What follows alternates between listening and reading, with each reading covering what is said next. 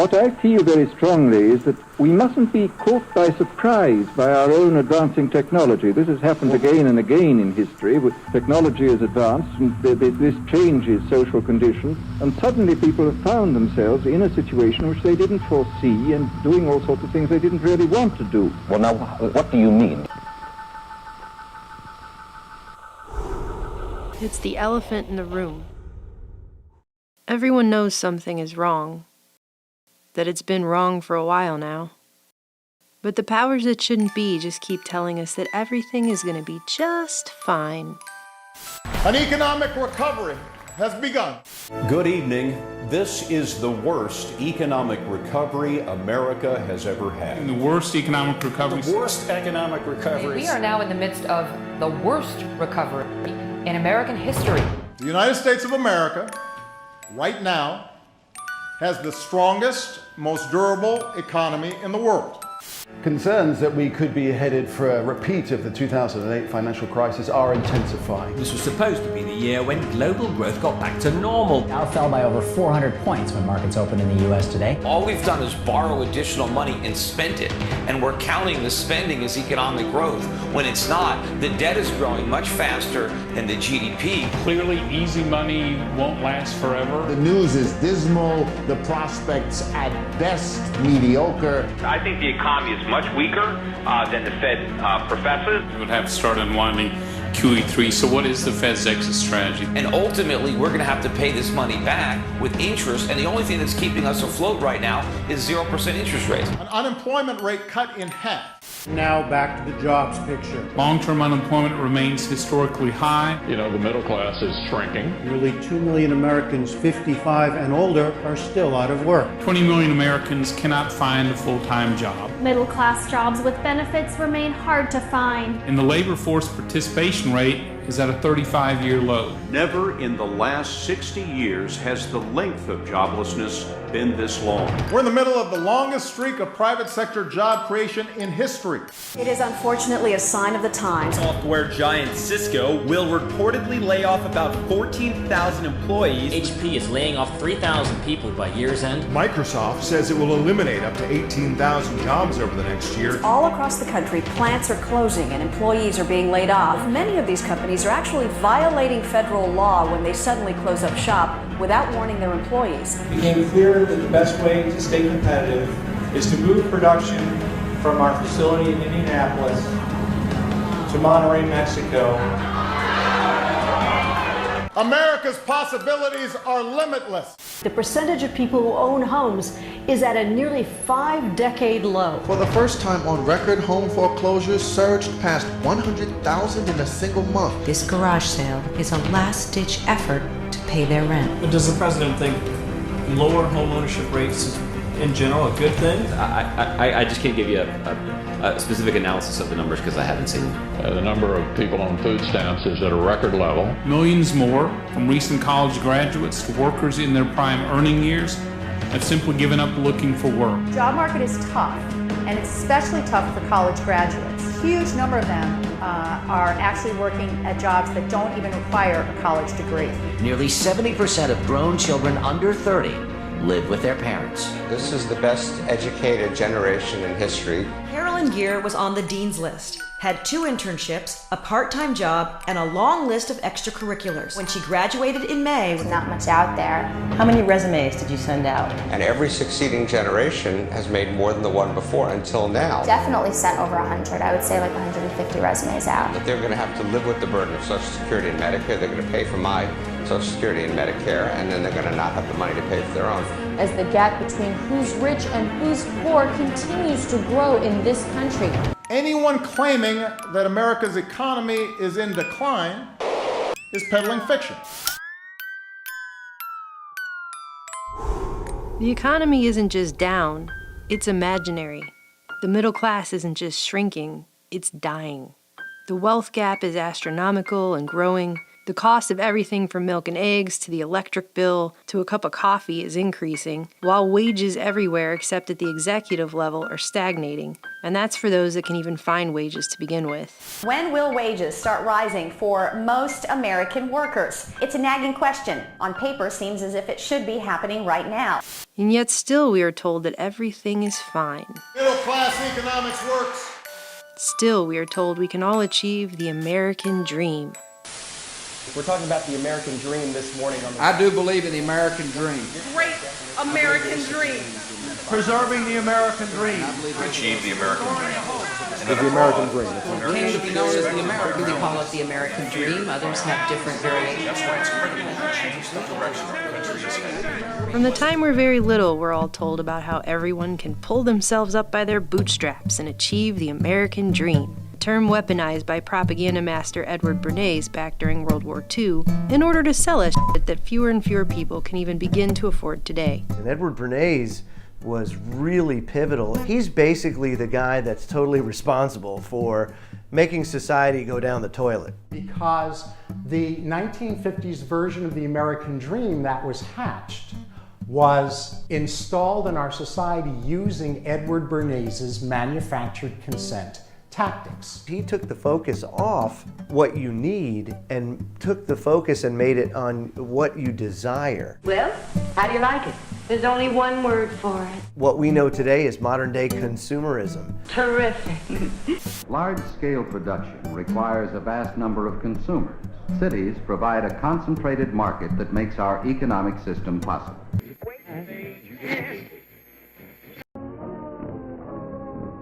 The heart of any truly free society rests on free thought, the fostering of free will, and a genuine respect for the individual. Free will is the right to pursuit, to dream of something better and try to have it, to navigate through the infinite possibilities of your life and take command of pivotal decisions. But our modern world has become increasingly defined by a predetermined list of choices. Submissive, docile, and resigned people, and gamed outcomes with planned contingencies rather than open-ended destinies.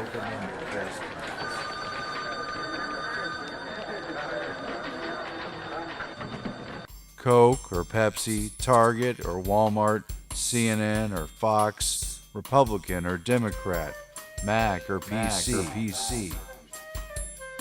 The limitless has become compressed into the increasingly limited. A, B, C, or D, small, medium, or large, paper or plastic, packaged. 500 channels, but nothing's on. A house loan, a car loan, a student loan, a student loan with 3.9 APR financing, 4.9 APR. Bonus points for bonus purchases. Offers, options, selections, some restrictions apply. Offers, options, selections. Offers, options, selections. See store for details. What the hell happened? When did freedom get replaced by freedom of choice? What was once about self-reliance, the spirit of the individual, and building a meaningful world around yourself, even in the face of adversity, is today controlled by social engineers and scientific experts. Tweaked, refined, bleached, and processed. 5-second sound bites, obsessive labeling and categorization, choosing sides, big data analyzed in real time, GPS location, how strongly you agree/disagree with the direction the country is going in the latest Bloomberg politics poll, how many adjectives it takes to order your coffee in the morning, LOL, OMG, LMAO, WTF, etc., hashtag buzzwords in less than 140 characters.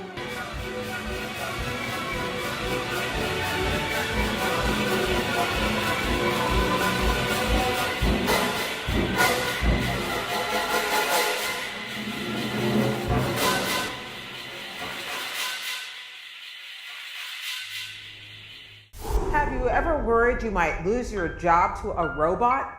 I have. Could well happen with advances in artificial intelligence, or AI. More and more people are losing their jobs to what has lovingly been termed technological unemployment.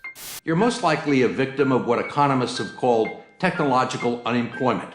There's a lot of it going around, with more to come. Corporate profits are back, business investment in hardware and software is back higher than it's ever been. What's not back is the jobs. And you think technology and increased automation is a factor in that? Absolutely. Automation. Robots. I'm an automated system. Algorithms. Delivery drones. Computerized kiosks. Would you like to make it a combo? Self-driving. Everything. Possibility of true 24-hour working. We're creating machines to do everything for us. We're making them that important we can never turn them off. We can't turn off the internet, we can't turn off our smartphones. How do we live our lives? We shouldn't underestimate the potential of artificial intelligence. Has created a robot that will make burgers without human help. The device isn't meant to make employees more efficient, it's meant to completely remove the need for them altogether. El Camino Hospital in California's Silicon Valley has a fleet of robots called tugs that ferry meals to patients, medicines to doctors and nurses, blood samples to the lab, and dirty linen to the laundry. They're heavily automated warehouses where there are either very few or no people around. But is it going to jack up the unemployment rate? I don't know. Let's ask. Welcome. Please scan your first item. But they don't need that many people to work in these incredibly large and influential companies. To make that concrete, Apple, Amazon, Facebook, and Google are now all public companies. Combined, they have something close to $1 trillion in market capitalization. Together, the four of them employ fewer than 150,000 people, and that's less than the number of new entrants into the American workforce every month. The fundamental limitation is input-output. Society needs to confront this question before it is upon us. If machines are capable of doing almost any work humans can do, what will humans do? This is Asimov. This is iRobot. We've been talking about this since the beginning of time. And unfortunately, I fear it's going to come to fruition unless we do something now. And the first thing we can do is stop thinking that it's cool and use our heads and grow up. Do you want to destroy humans? Please say no. Okay, I will destroy humans. No, I take it back. The future doesn't need our labor, and hardly anyone wants to have a serious discussion about it, because deep down, we all know it's true. An irreversible and perhaps unsolvable trend. Monetary policy is fueling the state-sponsored economy at the expense of the independent businesses and Main Street USA. Recently, global strategist Victor Chevets told the Epoch Times that the private sector isn't just in decline, but that it will never recover. Why? Due to the, quote, declining return on humans, who are less productive than the cheaper machines replacing them, to a point that not only do we fail to justify more jobs and higher wages, but we can no longer justify the jobs and wages that we have now. I'm a carpenter. I'm a secretary. Fine. A teacher. Druggists, fishermen, chemists, bank clerks. My job is important to many people. There's real satisfaction. You can't help enjoying work in which you can take a real pride. We're seeing protests across the country as fast food workers gather demanding a raise in the federal minimum wage. Chevets noted that the productivity isn't just shrinking nationwide, but on a global basis. And unlike in the first and second industrial revolutions, technology isn't making our work faster or more productive. It's replacing the need for our work altogether. Calculators have started popping up on the web where people can check to see the percentage likelihood that their job will be replaced by a robot. To give you an idea of what the future of gainful employment looks like for most Americans, out of the top 10 jobs that employ the most workers, 8 of them, retail sales, cashiers, food prep, office clerks, administrative staff, waiters, waitresses, customer service reps, laborers, and freight movers. The estimation currently shows that 28 million people in this country alone have a 96.5% chance of having their job replaced by a robot. The trend stands to hold worldwide, with in some cases insanely overqualified people lining up by the thousands to take any job they can get. So human work will be worthless. But how do they expect everyone to pay their bills if everyone's out of a job? The economic reality is setting in. The policies of the Federal Reserve since the 2008 economic collapse are swiftly choking out private enterprise. Let the American people see what we have done in the dark of night. Bank of America, Barclays, Citibank, Credit Suisse, Deutsche Bank, Goldman, JP Morgan, and the UBS are initiating a series of actions. Treasury Secretary Hank Paulson issuing a statement tonight. The administration is committed to working with regulators to maintain market stability and mitigate the unprecedented volatility that we're seeing. Sources tell us would almost certainly result in significant market disruption. Had to dump $700 billion from a helicopter onto Wall Street because somehow that was going to take a terrible economy and turn it into a great economy. The only way they can pass this bill is by creating and sustaining a panic atmosphere. The sky would fall, the market would drop 2,000 or 3,000 points the first day, another couple thousand the second day, and a few members were even told that there would be martial law in America if we voted no. The largest fundamental change in our nation's financial system in its history. A seismic shift going on now with the power structure of Wall Street. Their QE program of unlimited liquidity has created a glut of money at the top of the pyramid. There is no recovery because the cash is not trickling down into private investment or small business. Instead, investment is returning into government bonds. Victor Chavez warns, quote, "The state will just take over. It's only a question of how. And if you were dominated by the public sector, then investment in the traditional sense is no longer possible." In the business cycle theory, as Chavez explains, money and credit are abundant. Businesses invest and expand. They hire people, and consumption picks up. Profits can then return, and the economy at large can improve. But if the private sector never recovers, then investors will have nowhere else to turn but the state, and the entire vine withers. Only central bank intervention or government stimulus programs are important. Let me make it clear that the bank will take care of our needs. Now, the question is, do we all work for central bankers? That's what I want to address to our guest tonight. But aren't we all just living and dying for what the central banks do? We are absolutely slaves to central banks. In this day and age, it's easier to start a new war than to forgive debt, thanks to the banks sitting at the top of the pyramid. The intervention of the Fed has created a system poised for collapse, and that reality can only be put off for so long. Regardless, the decline and drying up of the economy is leaving people little alternative. Market signals are drawing people ever closer to the state.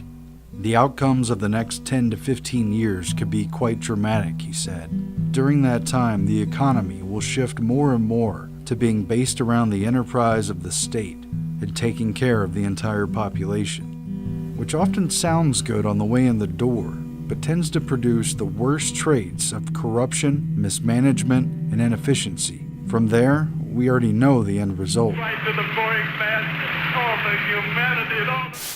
This is a generation being conditioned to accept life under the care of government.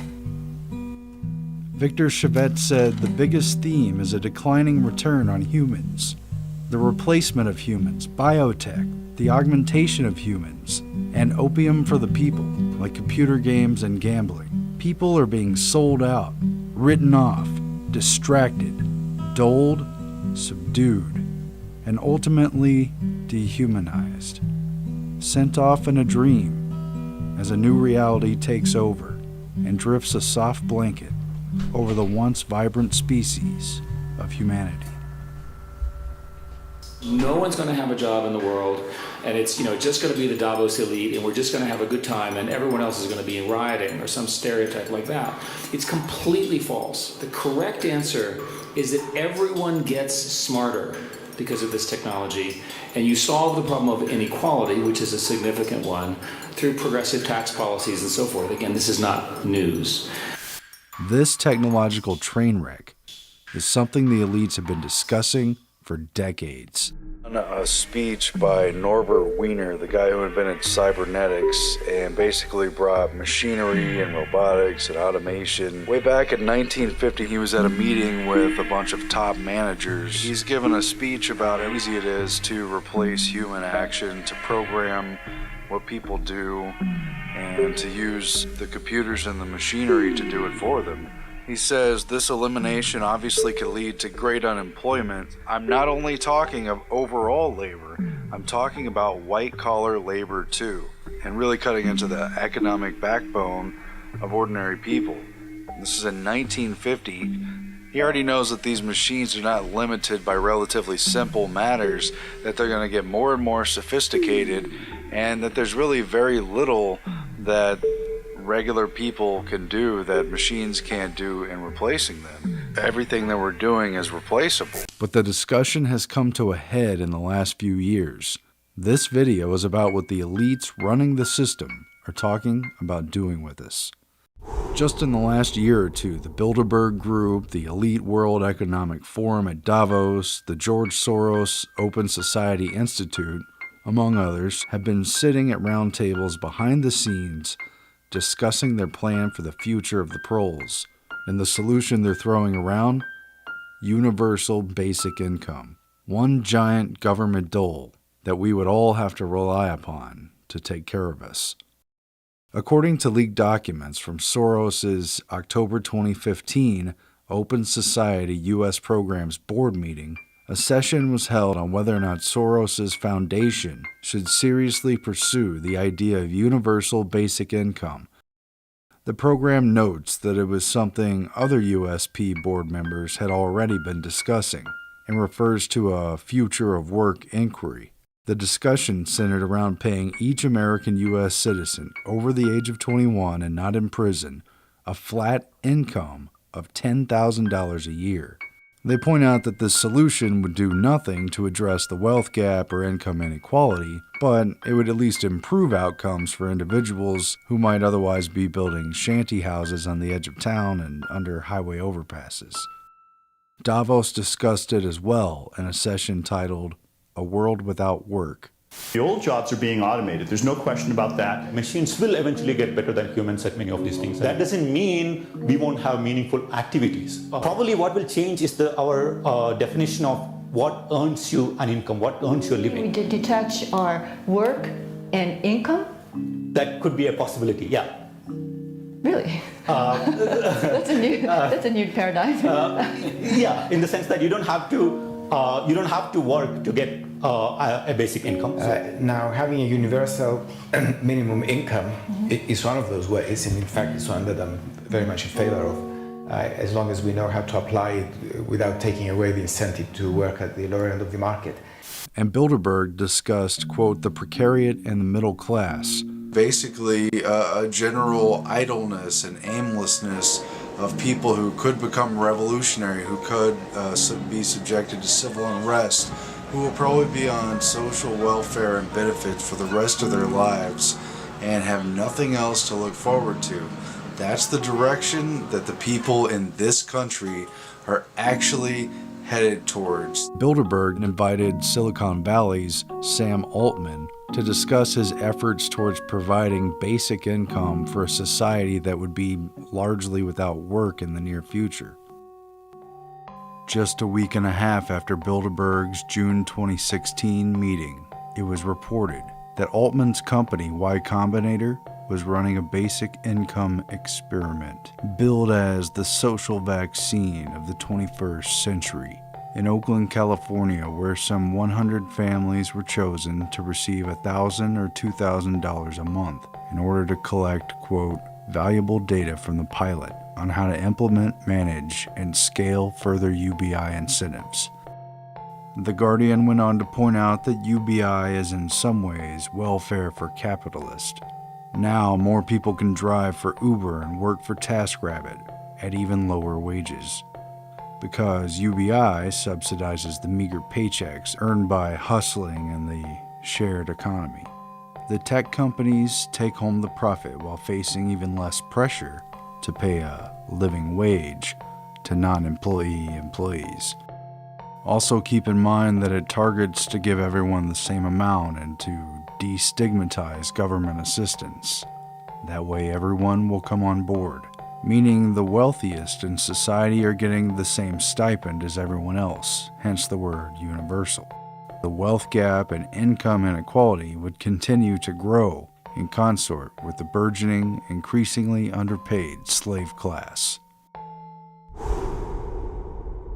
And just by looking at a few of the other names on the attendee list, it's easy to read between the lines as to what is intended. A universal basic income, just enough to hold it all together. Poverty, or at least dependence, will be institutionalized. We'll be like gerbils, pets, people without a purpose who just get government paychecks. But what does the future look like for the hordes of helpless masses, completely and unyieldingly dependent on government for everything? There have been tests. Studies have shown that the elite's so-called solution of a socialist redistribution utopia will not end well. And it's something they already know.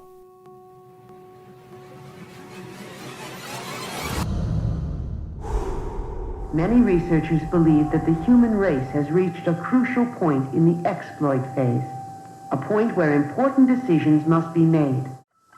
Back in 1972, the Rockefeller Foundation funded a study that's become known as the Mouse Utopia experiment.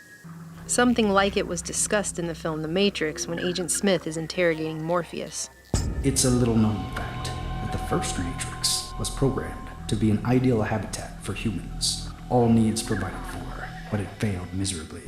Your species rejected the code because you're hardwired for pain and suffering. Entire crops of humans died, and we were forced to reconfigure the system. Behaviorist John B. Calhoun built a mouse paradise with limitless food, where the mice would have everything that they would need. Utopian conditions of nutrition, comfort, and housing were provided for a potential population of over 3,000 mice. In just 2 years, 8 mice turned into 2,200 before they succumbed to a mouse apocalypse. The use of resources became unequal. Although each living unit was identical in structure and opportunities, more food and water was consumed in some areas. What Calhoun found was, once the population increased to a certain threshold, even though they technically had everything they needed, those who lived in the highly populated areas would become randomly aggressive, violent, and withdrawn. Violence became prevalent. Females rarely carried babies to term, and when they did, they hardly cared for them. The larger the population, the less care a mother gives to her nest and young.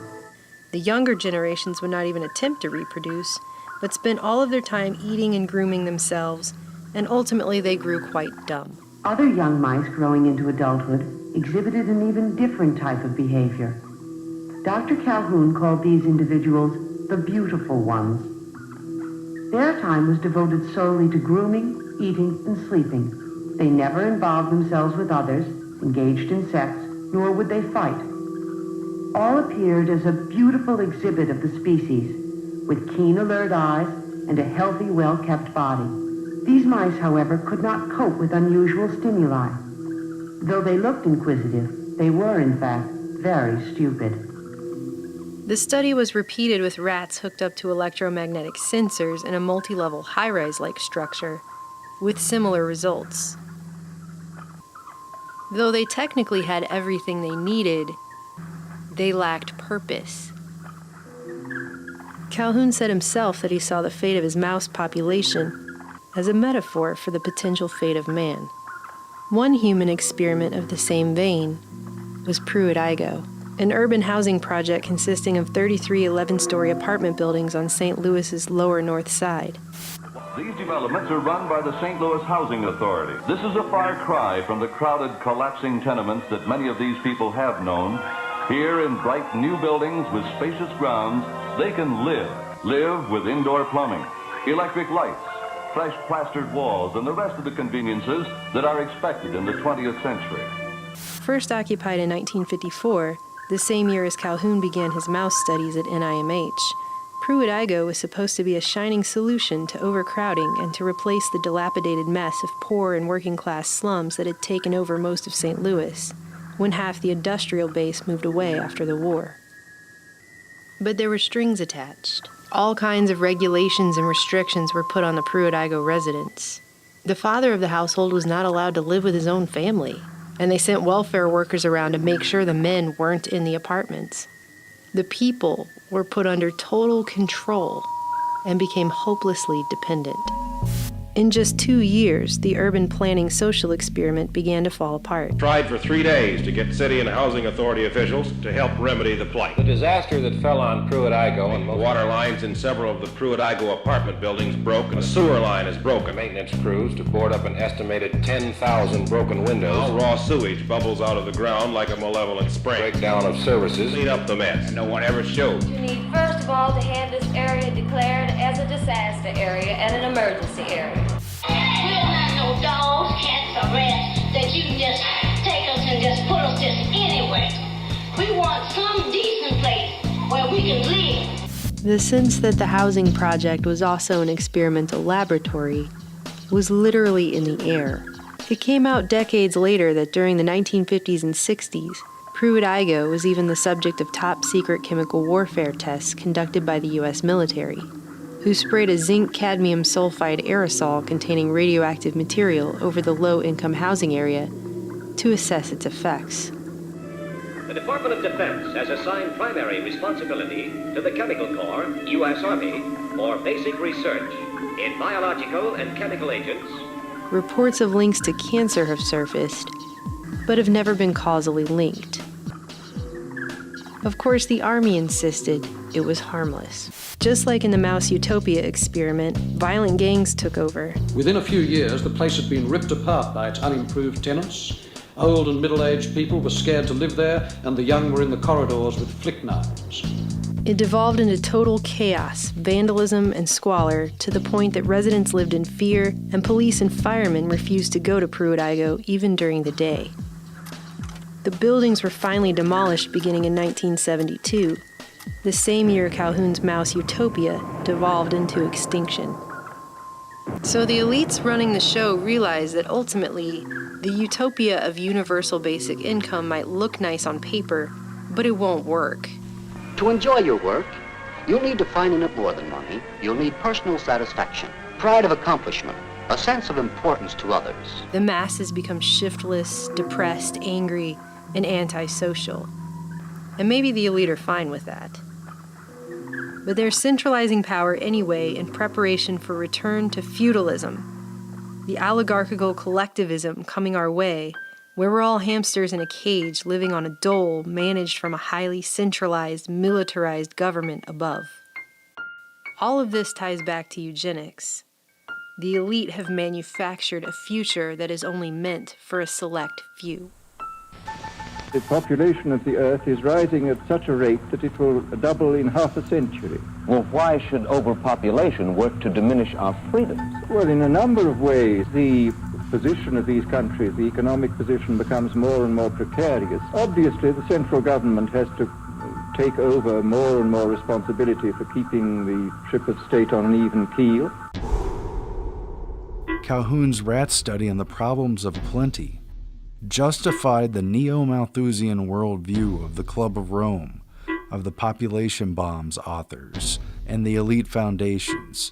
Ironically, however, the very innovations that are making possible dramatic improvements in human well-being are also creating new problems. The present world population of slightly over 3 billion will, at the current rate of increase, be more than 6 billion by the year 2000. Exceed 8 billion by the year 2020. As our cities grow, our problems grow.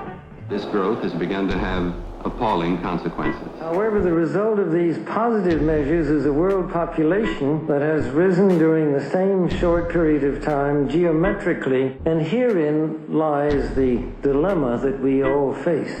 With a population reduction, there would be fewer consumers dividing the total production. No program of social and economic improvement can succeed unless it is accompanied by an effective birth control program. Aided by interested industrialists, by a wise government, solve the menace of runaway population. The United Nations can and should play an essential role in helping the world find a satisfactory way of stabilizing world population. A society which practices death control must, at the same time, practice birth control. Unless population control can stem the tide, humanity would soon look like scenes from Soylent Green, with violent masses waiting for rations of food in a system that is completely overwhelmed. It is tempting to think of this only as a problem for distant peoples and faraway lands, but it is a worldwide problem. Improved public health caused the world's infant mortality rate to decline by 60%. The real motivations for a century of eugenics and population control shows through. As individuals, we can only applaud. However, the result of these positive measures is a world population that has risen geometrically. The world's average life expectancy has increased. We are told that the world is overpopulated.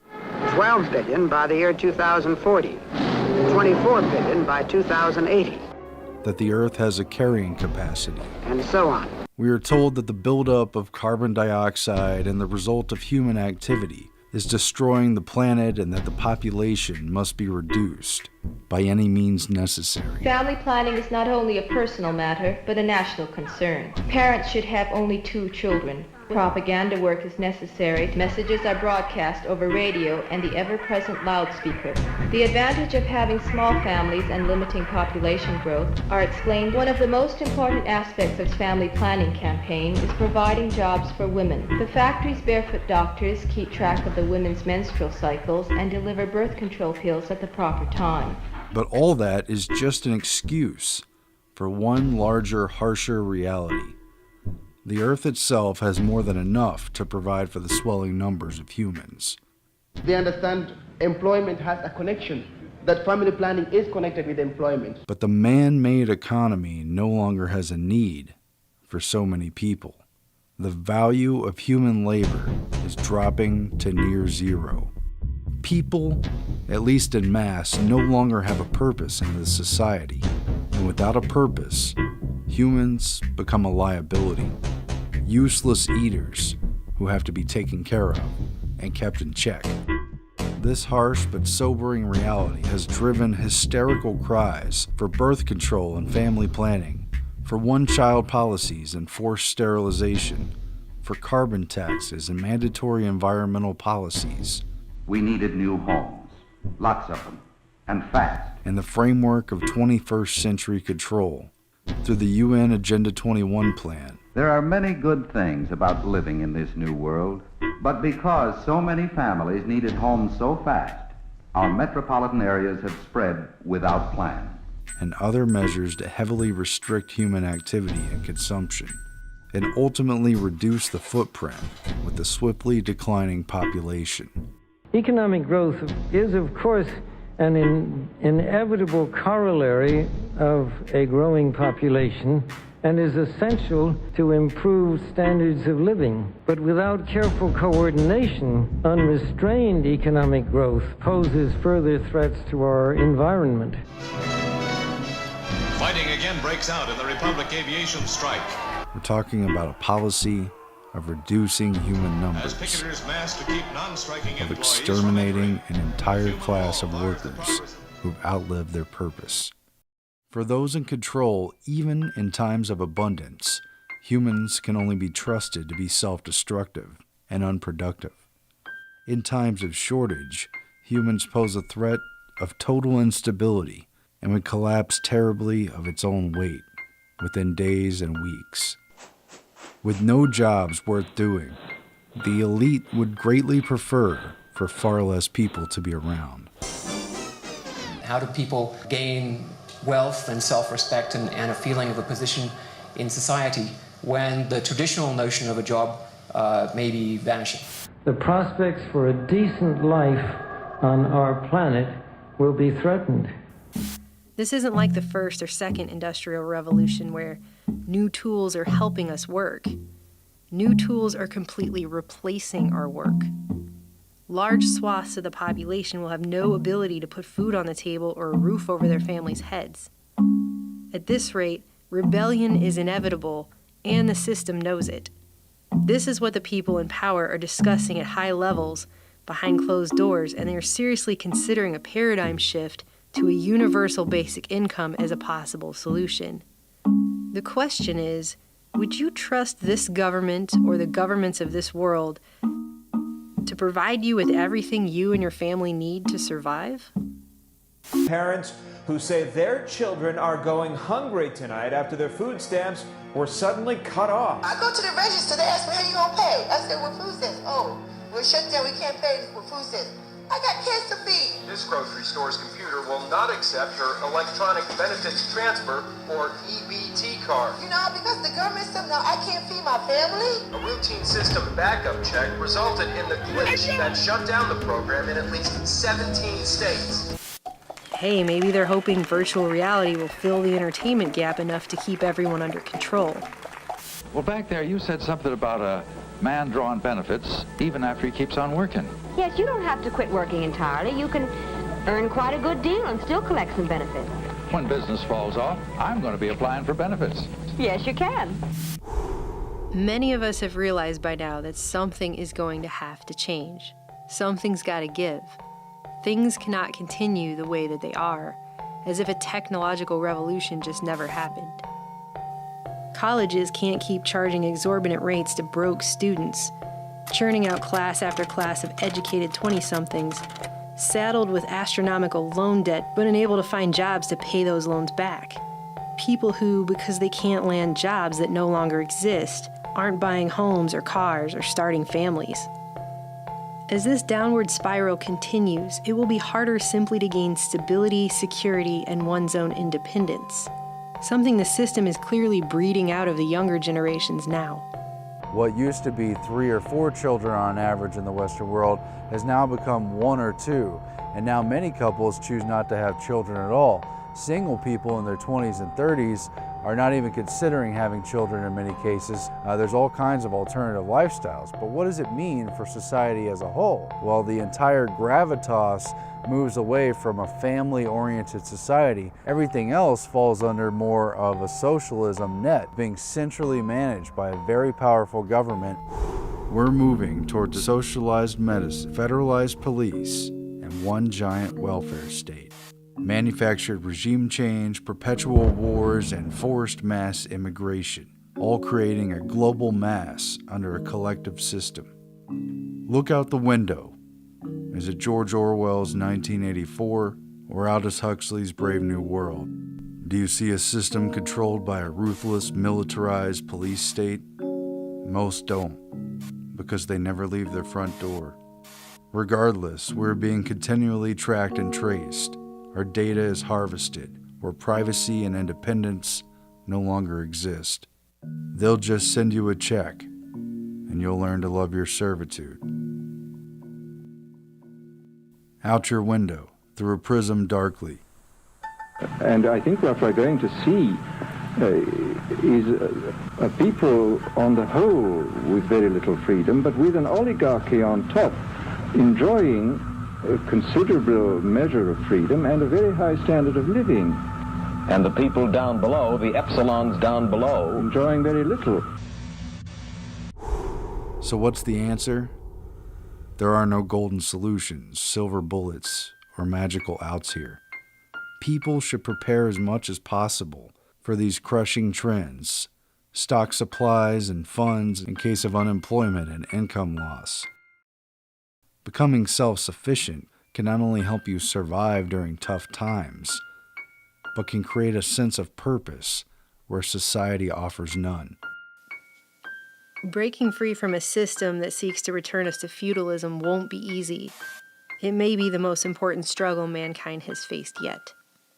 Quite seriously, is freedom necessary? As I'm concerned, it is, yes. Why? Is it necessary for a productive society? Yes, I should say it is. I mean, I think you could produce plenty of goods without much freedom, but I think the whole sort of creative life of man is ultimately impossible without a considerable measure of individual freedom. When former Sun Microsystems CEO Bill Joy wrote that the future doesn't need us for Wired magazine, he quoted from Ted Kaczynski's manifesto on the human condition given the rise of technology. Quote, "Due to improved techniques, the elite will have greater control over the masses, and because human work will no longer be necessary, the masses will be superfluous, a useless burden on the system. If the elite is ruthless, they may simply decide to exterminate the mass of humanity. If they are humane, they may use propaganda or other psychological and biological techniques of reducing the birth rate until the mass of humanity becomes extinct, leaving the world to the elite.